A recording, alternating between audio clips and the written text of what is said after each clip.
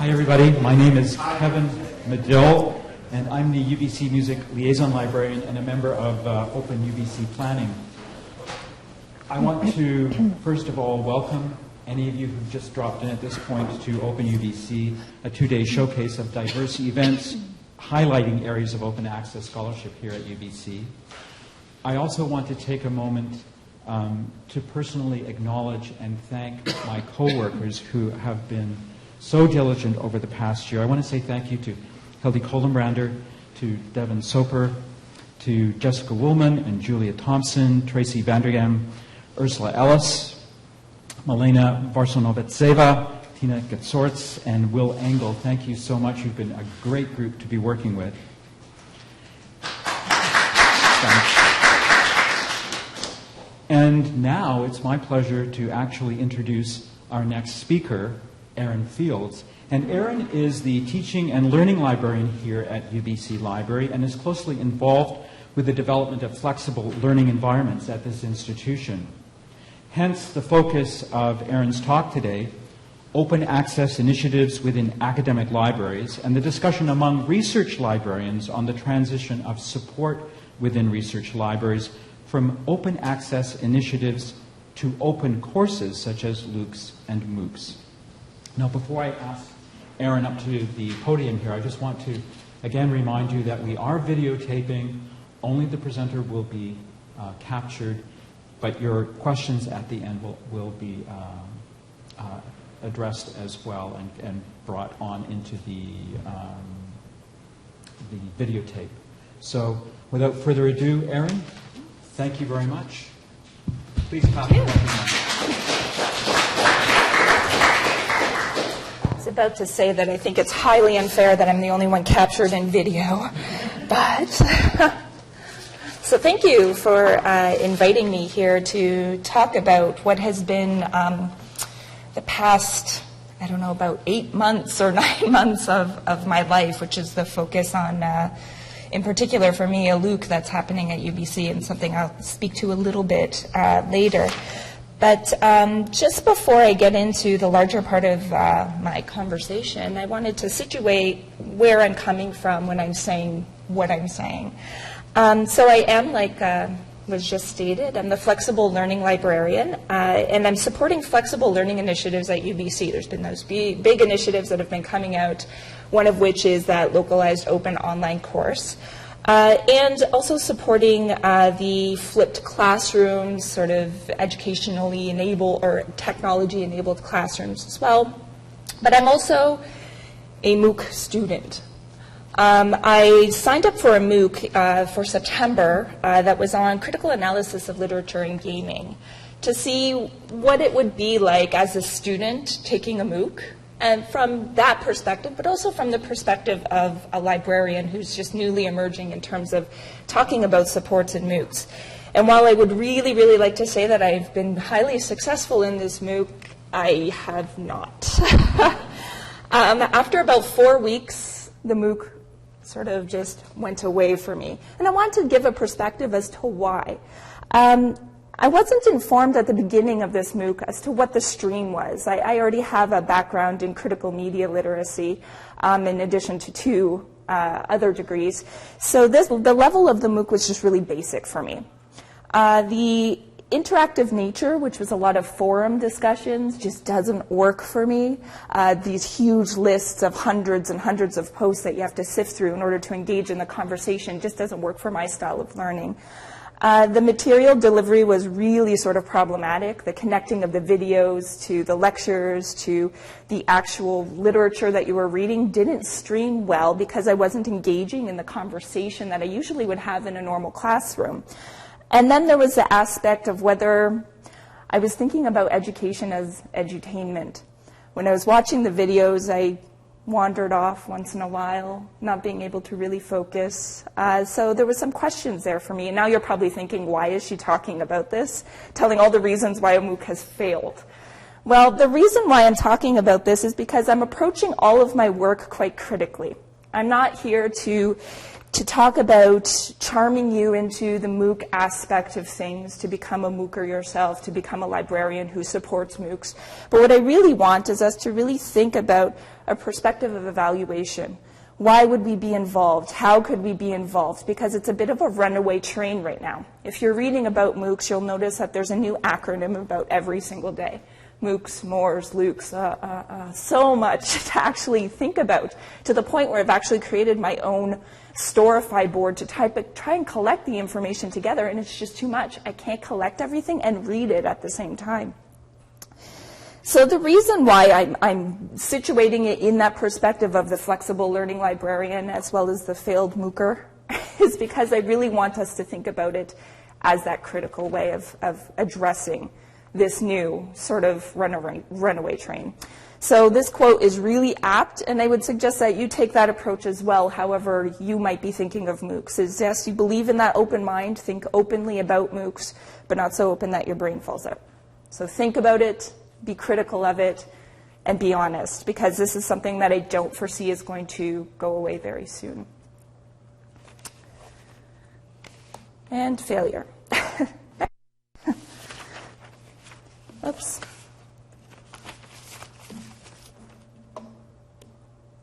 Nothing is working. Sorry, one moment.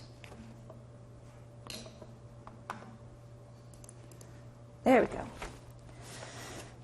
So before we talk about the how we can be involved in MOOCs, I want to situate the discussion about MOOCs that has been happening within the libraries. And largely there's been a lot of discussion more recently. Involvement in MOOCs have come from a variety of different perspectives, depending on where people are situated within an institution or within outside institutions from academia in terms of where they see the benefits of these particular open education classes. Marilee Profit from OCLC, there was this presentation that she provided. There was a full day in, I believe, March 2013, of conversations about MOOCs in libraries. And she was situating the discussion about the current landscape as it revolved around universities, public libraries, as well as academic libraries. And with universities, a lot of the conversation was about the rising tuition costs. And that there was a possibility to have open education for all, and it provides a lot of promotion for universities. Now, with public libraries, it's all about MOOC consumption for their users, about the possibility of creating sort of learning portfolios for users in the community. So their focus is not on some of the issues that we're facing as academic libraries, which are talking about the production and resources around MOOCs, which is a big issue. So all of these approaches really have a lot of questions attached to them around adoption as well as around involvement. And this is evolving daily, as I was saying, and is from the open, really positive perspective of we can do everything to a very questionable perspective of why are we doing anything at all. So we do have this perspective that was around in 2012. So it was when it was really emerging, the ideas around MOOCs and discussions around MOOCs.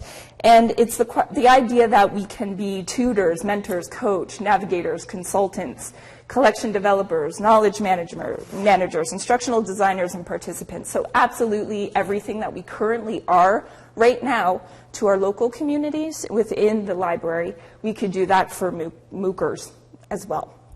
So that's the everything perspective. But before we get into the alternate perspectives, I want to take a look at what is actually currently going on right now with supports that are happening inside of MOOCs.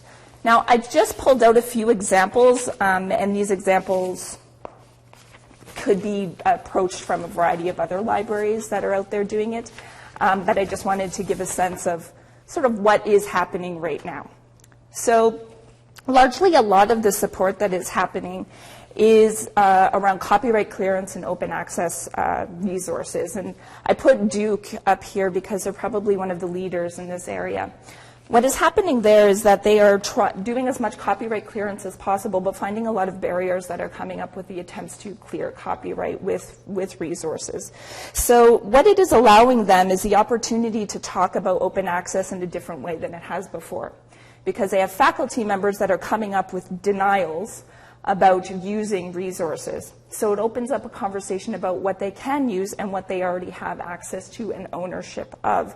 So they're using it as an opportunity to take deposit manuscripts that are allowed to be put inside of their institutional repository, thus growing their open access agenda in support of their open education environments as well. Now, other libraries are taking a different approach. We have San Jose, which is actually offering its own MOOC. This is something that's been talked about quite a bit now, and its other libraries are doing this as well, but they've created what's called the Hyperlinked Library MOOC, which is talking about educational resources and educational tools inside of the classroom as it supports library and information science. And this is connected to a library, a SLACE class that is on emerging trends and emerging technology. So instead of being just supporters of MOOCs, they're developing. We also have Stanford University, which in addition does copyright as well as open access initiatives as well. They are taking on the full technology support, where they've created an academic computing team that has traditionally been supporting students and faculty creating video production, but on a lower scale, a smaller scale. Now we have them creating it on a bigger scale where they're actually embedded inside of departments. So quite a different approach than what we're seeing at other institutions, largely because of that separation between the technologies and the library. And then they're also, sorry, this is very sensitive. They're also using MOOCs as a way of developing training programs for their staff. So they'll have events where they'll actually have a class of library staff members who are all taking the same MOOC and locally bringing people together to discuss what they're learning. So using that sort of professional development opportunity as well. And then lastly, there's about the development of guides. Now, I put too many to count because it quite legitimately is too many to count. If you just do some searching, you'll find that almost every institution now has an open access resource guide on how to find resources to support a MOOC. Now, in the literature, there's a lot of conversation about leveraging content that already exists. So if there's a LibGuide that's been created for a biology course, that you can leverage that in a MOOC environment. I've not seen that actually happen. The conversation is there, but I've not seen it in practice. And I think a lot of that probably has to do with the fact that we're supporting students that are not just community students within our actual spaces, but it's outside, raising, again, problems with access to content. So, again, conversation's there, but we're not moving ahead on that just yet. I'm missing a slide. Before we move on to this slide, I would like to talk a little bit about where the library is in terms of possible activity. There's a lot of literature, a lot of discussion that's happening, primarily not in our academic journals just yet. There's a lot of work that needs to be done before it starts really filtering there, but you'll see in the Chronicle of Higher Education or in Forbes or in Library Journal a lot of discussion around MOOCs. And one of the things that's been coming up is talks about plagiarism that's occurring inside of these environments. So there was a report that occurred about the University of Michigan had a course on science fiction literature. And inside this MOOC course, each student was a peer reviewer. They would review other students' work as a way of legitimizing the work that was being accomplished. But these students are mentioning a lot of issues around students actually plagiarizing from other spaces. So that's interesting in itself, in that these students are becoming people who are looking at plagiarism. That's something that's almost is very mind-boggling to me when it's a hard conversation to have in a classroom about plagiarism, to get serious uptake with it. And here we have students that are really doing it. So the question is about how they would deal with that issue. But also there was a lot of problems with these students who were actually plagiarizing because they didn't understand that they were actually cheating. So they are living in an environment where meshing or mashups, remake kind of culture, where you take a variety of different pieces and put it together to create something new, and that's considered legitimately your own new work. So now we're asking them to be inside of an environment that's an academic environment online, and they don't understand the barrier or difference between the two. So there's an opportunity there, certainly, where the library could have a conversation. Also, there's the second issue about the agreement as to whether students are learning inside of these environments. And I don't think this is a terribly new conversation that has happened. As soon as we've created virtual sort of classrooms, this conversation has come up. Are students actually learning from a distance? But it becomes even a larger issue as the kind of structure of marking is quite different than we've ever seen before. It is peer marking, or it's a multiple choice based. And we all know that multiple choice based sort of assessment is maybe not necessarily the best way of talking about whether somebody critically has learned something. So there's that question as well, and there's an opportunity there then to use data that is coming out to really look at student learning, something that I think we are quite interested in and focused on in the library. So while we have all of these questions about involvements in the MOOCs, we see how people are involved primarily with the open access copyright concerns. We also see some possibilities of where there is involvement coming out in the literature. But there's really the critical questions of why should we, or whether it's possible. So what we're seeing more recently in the literature, as you're seeing a lot more criticism coming out around MOOCs as well, is that very question. So here we have from Library Journal, is serving as copyright consultants the best we can offer? Because again, copyright consultation is the primary focus right now in terms of supporting MOOCs. And can the MOOC attendees get the same resource access offer that online students or that on-site students will get? Can they get that offline and currently or online? Could they right now? Of course not. There's absolutely no ability to give them that same experience because they're coming from international spaces. But I think there's a larger question that's much more interesting question in some ways, or a much more complex and kind of scary question that was raised by another writer from Library Journal, which is, can and should libraries attempt to support MOOC students the way they support traditional paying students?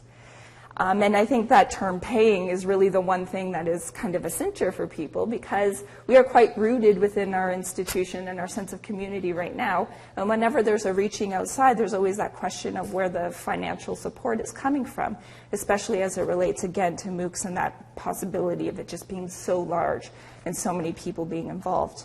But also this comes down to the types of support that liaison librarians can give. That original quote was, we can do everything for any MOOC student that comes along. And this one is saying, really? Can we? Because it's a very good question. We do in-class supports, we do in-class workshops, we do research support services. So it's a question of really, is that legitimately something that is possible? And I don't have the answers to that. I'm not going to claim to have those answers. It's just a question of, or it's just a thought of something that we have to consider as we're moving through working on MOOC projects. Now, just to give a bit of perspective around MOOCs that are happening here at UBC, but before maybe I get into that, maybe I'm a little interested now that I've raised this question of how we support MOOCs and whether we should support them. I would like to get a sense of what people think on this, because I'm not sure I've come up with a good answer as of yet. Uh-oh.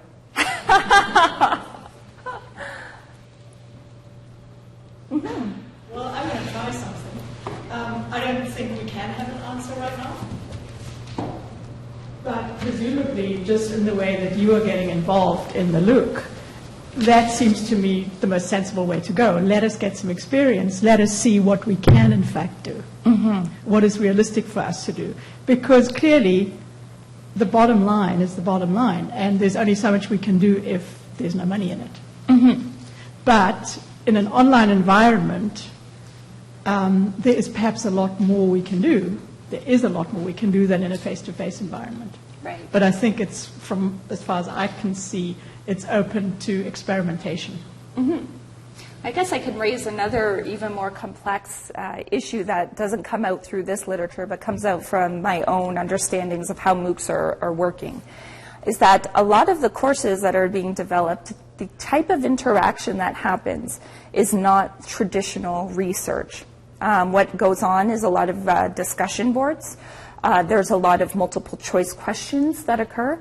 There's maybe some interactions via think pieces, but there's not research.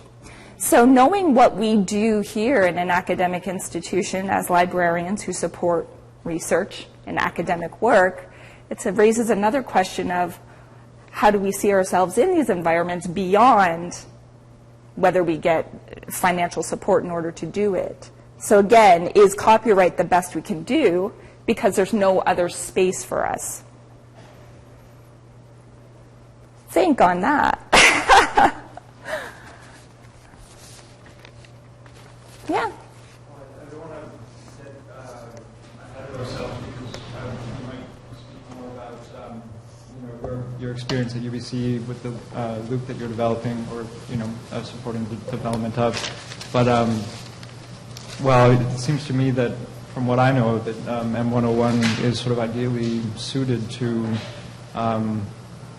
librarians taking ownership of the content of MOOCs and actually like the learning experience in a way that's more direct than I've seen with other MOOCs, for instance. Mm-hmm. So I wondered if you could speak a little bit about that, if it's not premature. Oh, no. I could speak about, it's interesting because while I'm talking about MOOCs and we hear LOOCs, I'll give a perspective of what that actually means first, because again, you could get just tied up in acronyms. MOOCs are the massive open online course. I think we have a sense of what that is. What I'm working on is called a LOOC, which is a localized open online course, which still means that it's open to a very broad community, but it's open only to a CWL-enabled community, which means UBC. So it's a little more manageable, especially as it relates to maybe some access concerns around content. But the kind of work that I'm doing there is really based on the subject matter. The subject matter is digital literacies, which I think that we can all see ourselves quite, as librarians, quite involved in. So talking about how students do research, how they pull the research together, and then how they disseminate information. So very much in flow with what we're doing. But it's unique in itself in the fact that it is more focused on skills rather than focused on maybe sort of an overarching sort of theoretical understanding of something. So it's not like critical theory. It's about learning to be a content curator. So I think the LOOC is unique, and it has a lot of opportunities for librarians. The one that is the question is that larger piece, the MOOC, which, as we'll see and I'll talk about in a little bit, we're going to see more happening at UBC within the coming year. And even though I'm somebody who is taking a look at what the MOOC means for libraries and librarians, I don't have answers to it because of the fact that it is such a very strangely unique environment, to the point where even the actual technology itself that delivers the MOOC is not something that is situated within the library, raising again, or situated at the university, raising even more issues as it relates to being able to disseminate information from the library in a simple way. So, yeah, I think the LOOC has a lot of opportunity, whereas the MOOC is the question for me. Does anybody else have any ideas? Well, if you think about it and you come up with something brilliant, I'd love to hear it, because again, like I said, it's all changing for me as we move on. So now, just to give a perspective of where UBC is right now. Originally, before the Flexible Learning Initiative sort of started, and I'll speak to that piece in a bit, there was already faculty members getting involved in developing MOOCs, either as collaborators or developing their own MOOCs in general through the Coursera platform. So at that time, the library, not really unsurprisingly, wasn't that involved in what was going on. I think there was maybe some clearance related to image issues, how to use images within the Coursera, but we were at a distance in terms of any sort of support inside of these courses. There was not much going on. But now what we're seeing with the new Flexible Learning Initiative that was earlier this year, I believe it was unveiled. There was 33 proposals that were put forth through CTLT that were centrally funded by UBC. But these were flexible learning environments. So it was more about using the technology to create enabled classrooms. So you'll flip the classroom where students would have to watch videos, lectures at home, and then come in and actually engage in a different type of work, more problem-based work inside of the classroom. So not MOOCs. This was by no means looking at MOOCs. But what we've seen just a few weeks ago is the new flexible learning initiative that's come out for the following term that is, again, supporting the flexible learning classrooms. So the tech-enabled classrooms, that's still going on, but we now all of a sudden have the opportunity to create MOOCs, where there will be $10,000 that are supporting these MOOC environments. So there are proposals that are being developed that will be accepted at the beginning of November from faculty members that are interested in becoming engaged in these environments. So again, automatically we think, well, what is the impact? And the impact we think is copyright. Because that's the easiest thing to automatically flag as an immediate concern. My issue with that is that we're not thinking of the other aspects of a student's experience. Experiencing the library certainly is about the materials themselves, and that has a huge impact. I think many of us became librarians because that had a huge impact on us, that you had access to this material. So student experience is going to be different in a MOOC environment than in a physical classroom environment or in a university campus environment or even a distance ed environment where the students still do have some access to materials.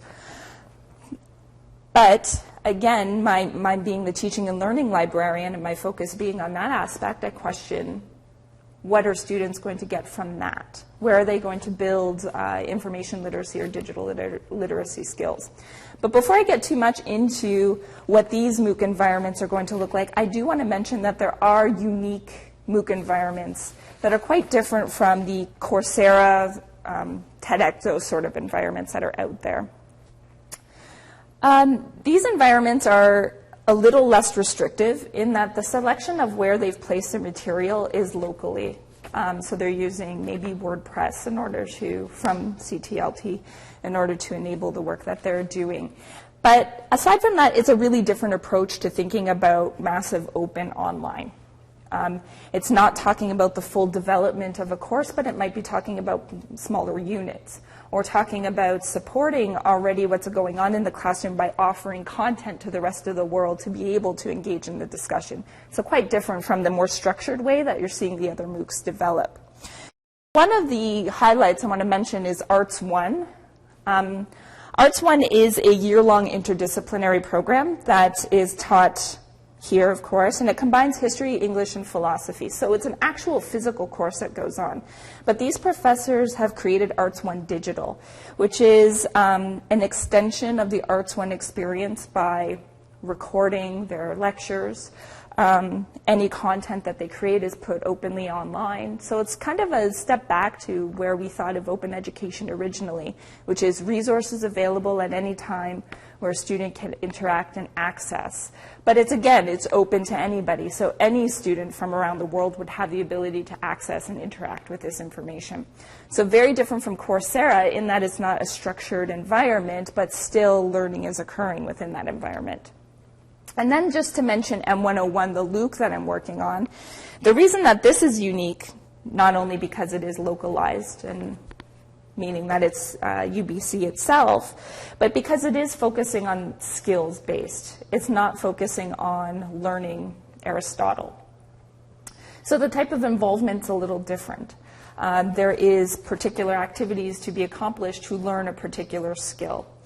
And it's in an environment that's called a networked participatory environment, where these students are creating content, uploading it to this space, and it becomes a regenerative space, where the content will constantly evolve and change. So it's giving the ownership of the education to the students, less so to the people that are originally developing the content. And we have some librarians here that are developing content for this MOOC. So quite a different sort of approach to education, and one that I see a lot of potential in, and I'll explain why right now. So while I said at the beginning of all of this that I really have no answers, I just have a lot more questions, I want to situate some of my thoughts around the MOOC from these past 8 months in open education as it's moving forward in these sort of central ideas of community digital literacies and support. Now, currently we are prepared for this, and I'll say that straight up, and I don't mean that as a way of causing fear. I think we all know that we're not prepared for these sort of environments that are coming about. Structurally, we're not prepared, but I think at a level of even definition of who we are, it's an identity concern for librarians and libraries. And largely it revolves first around our sense of what community is. There's really no clear definition in the library of what a community is for an academic library. I think if you talk with liaison librarians, we might have a sense of community as it's based on our particular units that we work with closely. Or it's based on our student body or our staff, or it's based on the individual unit that you reside in. If you're humanities and social sciences, your identity and your sense of community is rooted to that. And it's very much rooted to our actual physical environment in a lot of ways as well. Now, there was definitions that sort of started to change quite drastically when we saw things like Irving K. Barber Learning Center, of us moving outside of our individual spaces and looking at community outside of the library, but locally. So what we saw was academic libraries moving outside of the walls and looking at the less traditional clientele and thinking of things a little differently in terms of supports. But again, that support is not thought of in a larger way. It's thought of as a local way because the types of engagement that we do, which would be bringing in speakers or research support services, can only be done at a smaller level. So now what we have then is we have these MOOCs that are at an enormous level. It's beyond local, beyond national, beyond international, it's global. So the question of who our community is very fundamental to us deciding what our involvement is. So we have to make a conscious decision that if community then does mean global students, then what does that mean for the very structure of our policies, how we develop our collections, how we develop our research support services? It very much changes absolutely fundamentally everything that we do. Again, this could be a very scary notion and a very complex notion, but the thing that is heartening in this is that everybody is facing this exact issue at the same time.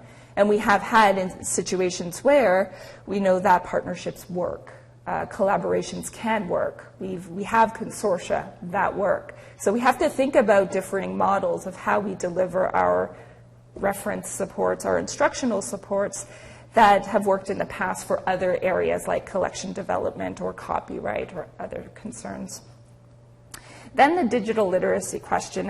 This one, I think that the libraries probably have the most possibility as it relates to instruction and support to have involvement in. There's been a lot of research that's talking about whether students are prepared for these environments. And I think that we have the assumption that because they're young, they understand digital environments, they're digital natives, and I think that's probably the most false perspective that we can have. Students are digitally literate as it relates to entertainment and socializing. They are not digitally literate as it relates to professional or academic work. So what this means then is that when we look at some of the assessment literature that is coming out of MOOCs, we're seeing some huge problems. There was a recent paper, and I mean recent, just September 2013, from San Jose State, that said that there is supportive services that were inside of this math MOOC. And while they couldn't show a correlation between those supportive services and student success, what they could show is that students who accessed the supportive services did have more statements of positive outcomes. So statements of it, not necessarily could they show definitively through numbers that there was a positive outcome.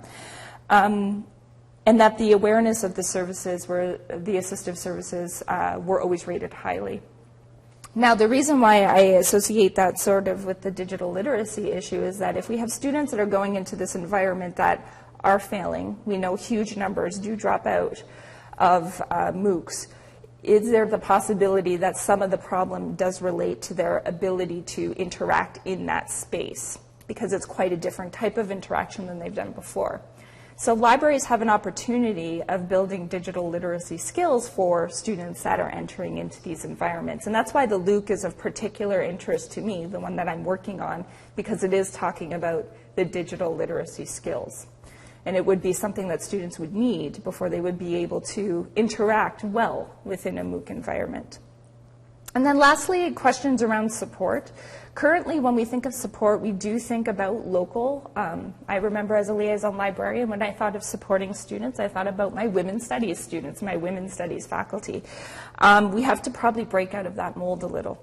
If we're talking about international students, we're going to have to talk about international collaborations. So the possibilities of, and I know this is very pie in the sky, but this is what I think should be happening, is the idea of a globalized support, of interacting with librarians from other provinces or other places in the world and pulling together our support to centralize in one space where a MOOCer can gain help for research, for learning information literacy skills in one centralized space. It will address the issue potentially of financial concerns, but it also addresses that issue of not able to access content that is within a specific institution. So again, that's my initial thoughts on it, and they might change tomorrow, as they tend to do. So I think that's all that I actually have, and that's not too bad for timing. And these are some of the papers that I've mentioned today, but I was wondering if there's any questions, ideas, brilliant ideas, or comments around this.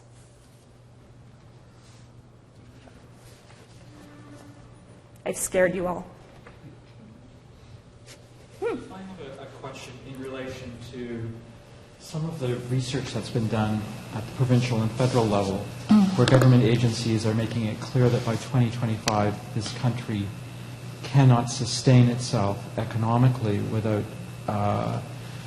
greater engaging of younger people into post-secondary education.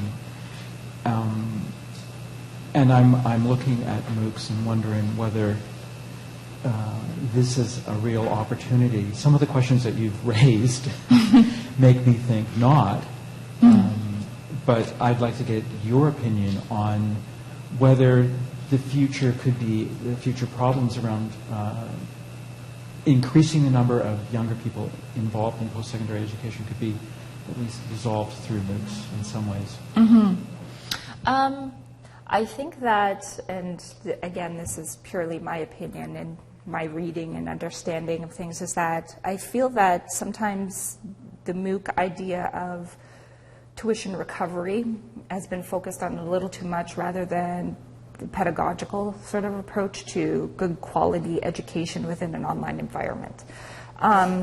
The reason I mentioned that is that that's why I don't have this whole feeling of, oh, the MOOC is the worst way or not the way to go. I think there's a definite opportunity there if the step is taken to think about that. Could it possibly be? I think absolutely, but I think that the kinds of supports that need to happen within that environment in order to make those students successful really needs to occur. And to think about the possibility of, although the MOOC is quite large, there is the ability to pull those MOOC students who are Vancouver high school students who are taking this MOOC to prepare them for higher education or to get a certain course or something like that, to pull them into a space where they could interact and still gain that sort of supportive work that would enable them to be successful within a classroom. I think, though, that if and I don't think, again, this is something that is out there to say that if we went full force into MOOCs, that the very institutions that we've developed will fall because the kind of money and support that it needs to carry on wouldn't be recovered within current MOOC models. But that doesn't mean, again, that it's kind of it just has to be thought of in a way that is actually supportive rather than the cost recovery sort of model that's currently, I think, a little prominent. So. Erin, you had a really intriguing sort of suggestion about a way forward being going down the consortial road, but an issue I see being quite problematic is the incredibly differing copyright law environment globally. So do you see any realistic possibility of being able to take a consortial approach to supporting MOOC students outside of the country? I mean, I could see personally no reason why we couldn't get into some sort of Canadian consortial deal, but how could we support even American students when our copyright laws are so different? Good. The definition of what the public domain is completely different between those two countries. Absolutely, and good problems. I don't have an answer to it. Thing is what's happening right now with publishers and their support of, their support of MOOC environments is that we're seeing that there are partnerships that are being built between publishers and the venture capitalists like Coursera. So you'll see Coursera as a partnership with EBSCO or something like that. So there's the possibility, I think, to open the conversation there. If they're opening it to, of course, the moneymakers, not to our nonprofit spaces, but the conversation is being had. So I think that outside of the issues of copyright from the individual countries themselves, we're going to have to think above that and make partnerships with the publishers themselves, which is not easy. We all know that. But they're opening the conversation, so why not try to address that conversation? But this is where the open access initiatives, like what's happening at Duke, with the conversations with faculty to take the content and put it into an OA space, needs to happen more. And honestly needs to happen at a faster pace than it has in the past in order to be able to support these environments. So I don't have an answer to that at all. You absolutely have nailed what the problem is, but I see that there is movement happening from the publisher's end, at least for the private. For the non-open part of the MOOC. You got it.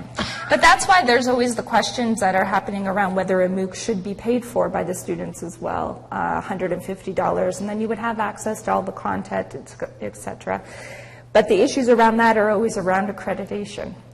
Is it actually the same as an in-person class or a class that's run specifically out of an individual institution? Yeah, and how do you get a campus student to pay $350 to get the same class? I mean, I guess we could go down a rabbit hole and considering and debating those issues. I see that being the next problem. Well, this is where it goes back to the problem of why I think sometimes the focus is a little too much on the finance and not on the educational value.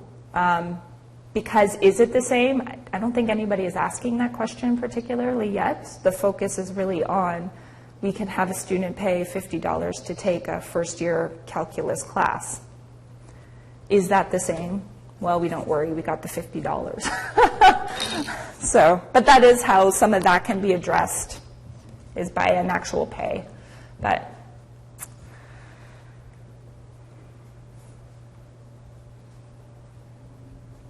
anything else? Yeah. Okay. You have been working with a group of librarians who have been attempting to engage with LUCs. Can you talk about some of the problems that you've seen consistently arise that the librarians have had to face? Okay, we're going to put copyright aside because that's been a significant one. But outside of that, the biggest problem is reorienting how we think. And that's why I say at the fundamental level, the first thing that we have to consider is the problem of identity and community. I'm asking librarians to step forward and be inside an environment that's completely evolving, changing, might look completely different from one moment to the other, that is not a part of their traditional duties, is something that is outside of traditional liaison work, to think about research on a different level, on a big level, rather than on an individual unit or department level. So basically, I'm asking people to really just redefine everything they thought of as being an academic librarian. Has that been difficult? Absolutely. because I'm comfortable in stepping in those environments and recognizing that things would flow and change like that. The library and the librarians themselves, and we've seen in the past 5 years, we're constantly having discussions of who we are, what is our identity in this new 21st century, what does it mean to be a librarian with all online content, and we have these conversations over and over and over again. I'm sure you can go back 50 years and we're still having those conversations. We don't move quickly, and sometimes structurally it's a problem that we don't move quickly, because it's honestly a complete reconceptualizing of the work that you do.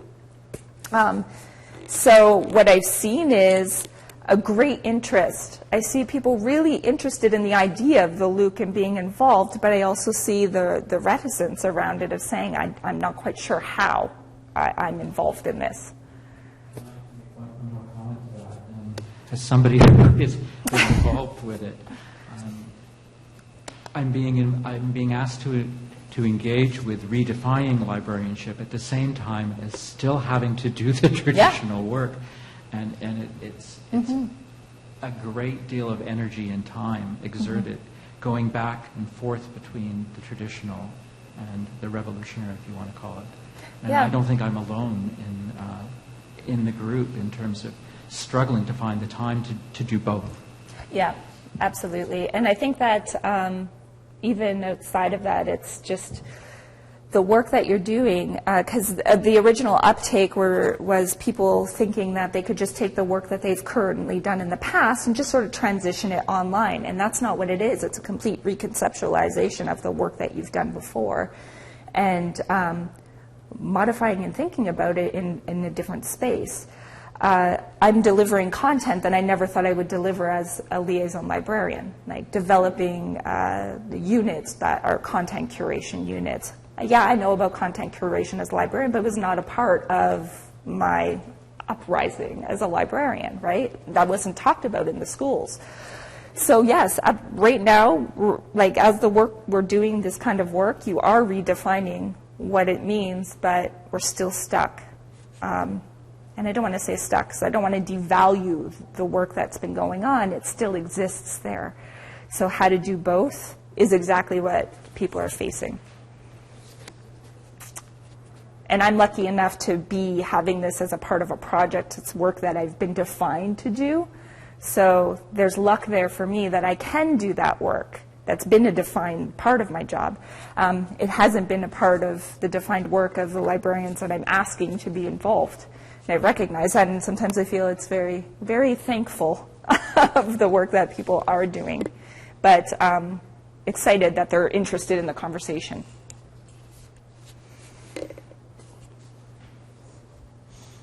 I'm not sure if you've got an answer for this, or a lot of ones at all. But I see MOOCs as obviously a bit different from normal coursework. And because of the institutional limitations that you've spoken about, I'm wondering if you think going forward, if MOOCs are going to be something that are kind of owned and driven by academic institutions or by, I don't know, private enterprises or something else. That is a big, big concern that you'll read in the literature, the fact that like Coursera is venture capital money. That's actually, it's a conversation. I think there's always been a bit of a conversation as it relates to education being free versus, that sort of paid for model. I think that the two examples that I showed of sort of homegrown MOOC-like environments are really interesting, because it does take the ownership of the content, which is a big question right now. Who owns the content when it's uploaded into Coursera? Who knows, right? Big question. But it takes the ownership of the content and the thought and the work behind it back inside of the academic institution, which, aside from any other political issues, I think does have the best interests of education at heart. Do I think that the other spaces, these privatized spaces, do? No. And again, I come from a critical theory background, so maybe I'm a little pessimistic. A business person might have a different perspective, but I think those questions are coming, and they're coming fast, just as I said, as it relates to ownership of content, all of a sudden being tied into a space that is not a space that is run centrally by an academic institution. I don't have an answer for it. I hope that there would be more happening within the academic institutions to develop these sort of MOOC platforms, but what it takes is a huge change and a quick change if we're going to be a part of the conversation, because the others are doing it. I'm not saying they're doing it necessarily well, but they're doing it, and they're doing it quicker than we can. It's like with Google. Google could do it quicker than any of us could do it. So, but there's still always the question of whether this is I don't want to say a flash in the pan, but something that is exciting, interesting right now, but what we see down the road is it's entirely unsuccessful. So do we try to be innovators and jump in? I say, why not? But we have to recognize that it could be a complete failure. But if we don't jump into the conversation now, it leaves us by, and then we have all this privatization potentially going on. So.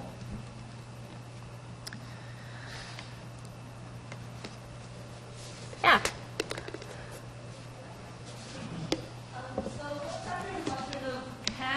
Should librarians and educators support MOOC students the same way they do traditional paying students?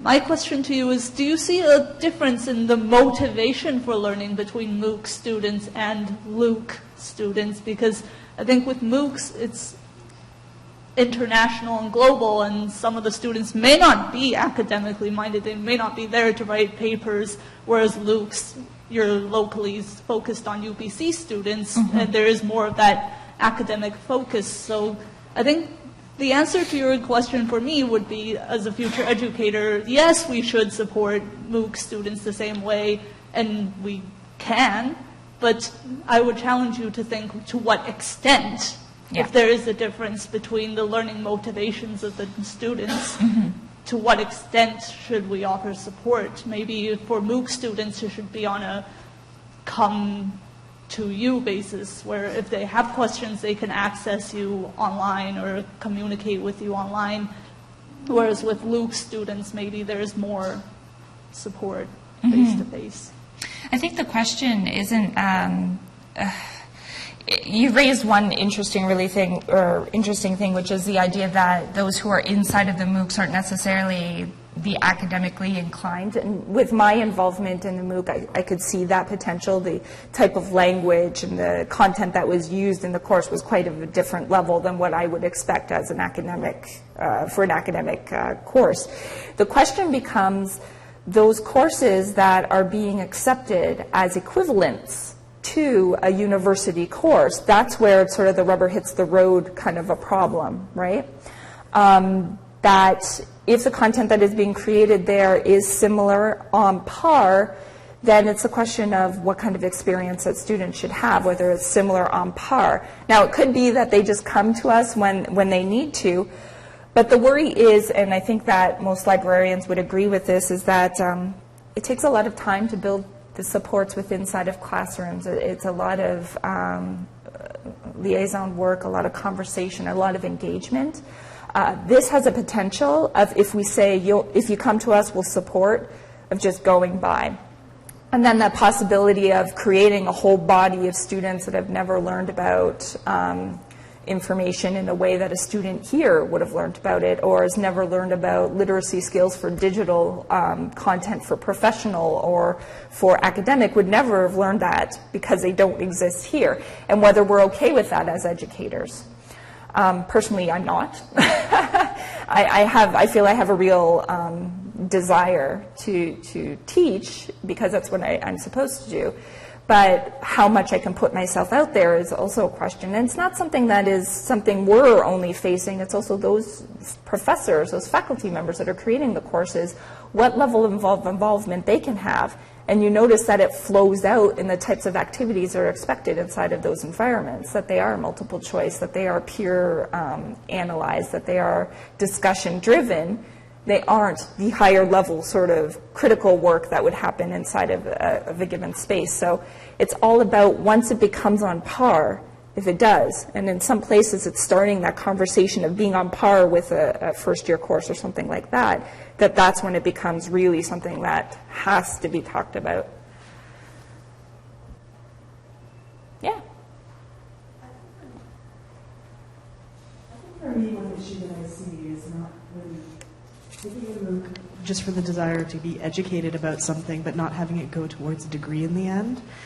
And I think that's a real stumbling block, and I wonder if there's a way that that could somehow be integrated into university programs.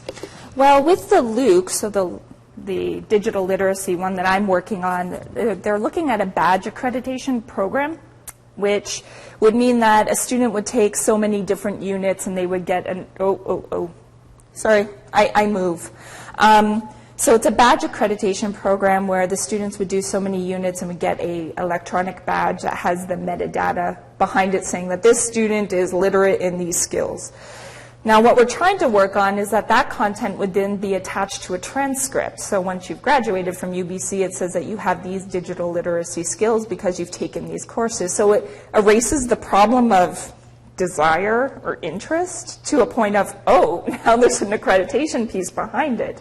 And then there's also the possibilities behind it of actually going to faculties and departments where there's a requirement that the students have to do these X number of units in order to be a part of said course or to complete a certain amount of work. I think that pairing is interesting, a pairing of that digital sort of content online LUC with the actual physical outcome that could happen from it. I think that's pretty interesting, but you're right. Right now, the MOOCs are filled with people who have a general interest, and that's why you see a huge percentage of decrease in the numbers of participants who actually graduate from it, including me. So how to get it to that other level? People are doing it by accrediting, but is that the best approach? I don't know.